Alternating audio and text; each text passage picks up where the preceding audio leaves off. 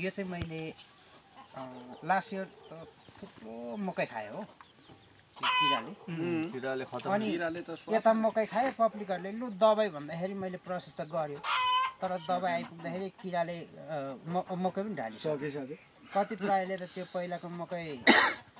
त्यो किराले खाइसकेर फेरि पछाडि होलो जोतेर छर्यो त मकै हो त डबल गरे नि डबल पनि गरे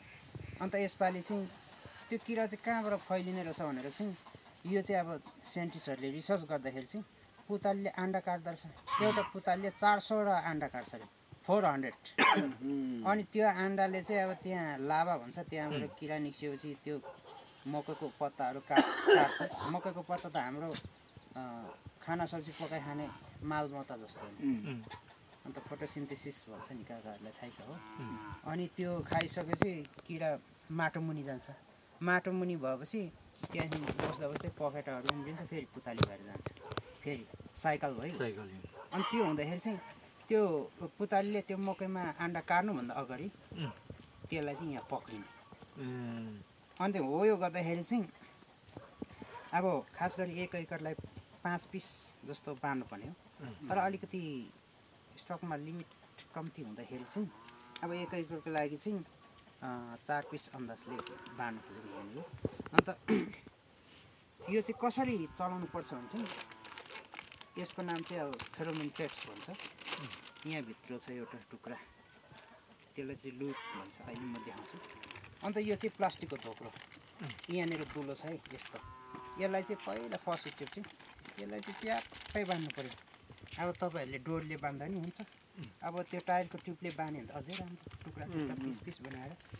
यसले मैले अहिले बाँधेँ तर यसले खप्दैन जस्ट एक्जाम्पल देखाउनुको लागि मात्रै यसले बाँधेको अनि अब यसलाई यस्तो गरेर राखेर यसलाई काट्नुपर्छ यसलाई दुलो बनाउनु पऱ्यो झिक्नुको लागि यस्तो गरेर यहाँभित्र चाहिँ अब यसो हेर्दाखेरि चाहिँ नपत्याउँदो छ सुँग्दा गनाउँदैन तर पुतलीलाई चाहिँ पर फार्म जतिमा गनाउँछ यो चाहिँ साइन्टिस्टहरूले रिसर्च गरेर चाहिँ यसले चाहिँ अब पुतलीहरू नजिक ल्याउँछ भनेर झिकेको रहेछ अन्त यसलाई यहाँ खपै लगाएर चाहिँ यस्तो अब यसले के काम गर्छ भने चाहिँ यो पुतलीको गन्ध पनि समात्यो यसले छाना पनि काम दिन्छ छाना यहाँ ओदाम जस्तो 3 चुच्चे छ यसमा चाहिँ मजाले भसाउनु पर्यो यो दुलोमा ठ्याक्कै यो अब भसाएन त्यस्तै ल्याङफ्याङ गरेर राख्यो नि फेरि हावाले फुत्तै फ्याँकी परेछ त्यहाँदेखि यहाँनिर पानी भन्नु त हो नि बर्खाको अनि यो चाहिँ कतिखेर युज गर्नुपर्छ भने चाहिँ ठिकै दिदी पनि आइपुग्दैछ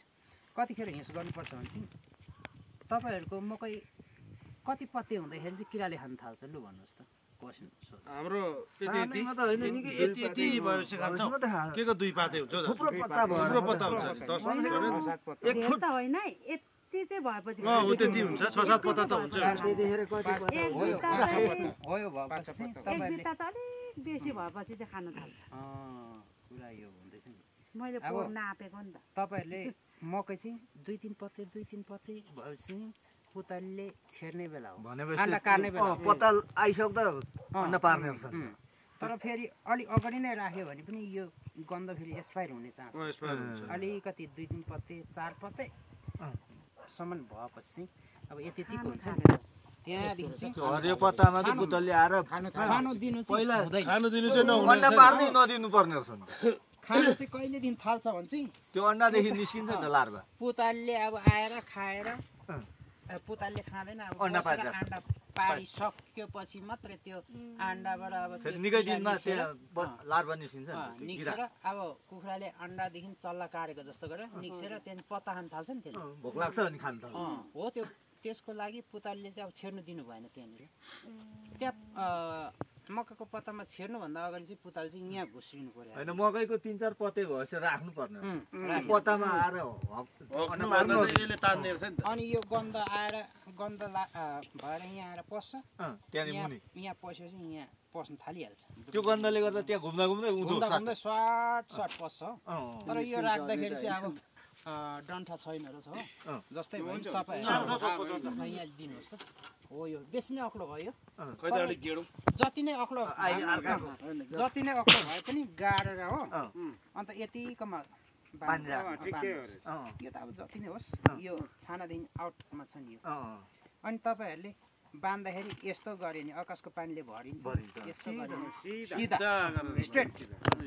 अब यो अलिक यसो भएर सिधा गर्दाखेरि यो यस्तो भयो भने अलिक डन्ठा गडाइमा तरिका सिधा पारेर हो यो तरिका मिलाएर चाहिँ ठक्कै राखेको छ भने चाहिँ अब यो यसले चाहिँ यो लुर भन्छ यसको नाम चाहिँ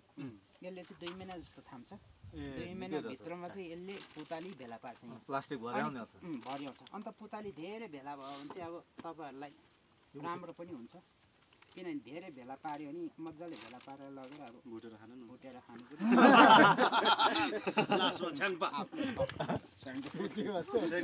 त्यो खान थाल्यो भने मर्छ होला